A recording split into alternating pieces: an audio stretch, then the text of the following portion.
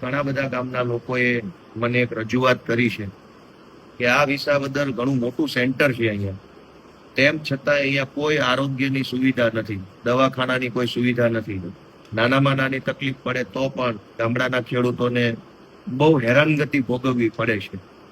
અને આરોગ્યની સુવિધા એ બહુ મોટી જીવન જરૂરી સુવિધા છે. આ કોઈ મોજ શોખની વસ્તુ નથી. આમાં તો માણસ મરી જાય, બીજી સમસ્યાઓ આવે.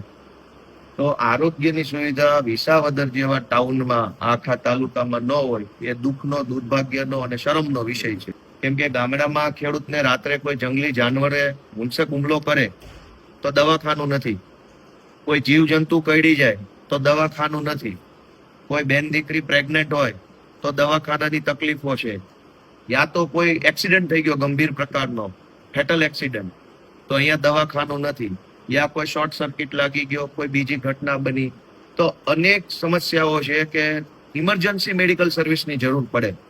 વિસાવદરમાં કોઈ એવું સારું કહી શકાય એવું કે આમ સમ ખવાય એવું દવાખાનું સારું નથી સરકારી. એટલે મારી તમારા માધ્યમથી મુખ્યમંત્રી જે અહીંયા ચૂંટણીલક્ષી કાર્યક્રમ કરવા આવે છે એને રજૂઆત છે કે અહીંયા આવો છો તો વિસાવદરની આ વેદનાને ધ્યાને લ્યો અને વિસાવદરમાં સરકારી દવાખાનું સારામાં સારું બને એના માટે કંઈક મુખ્યમંત્રી કાર્યવાહી કરે એવી રજૂઆત છે. આ મારી રજૂઆત છે.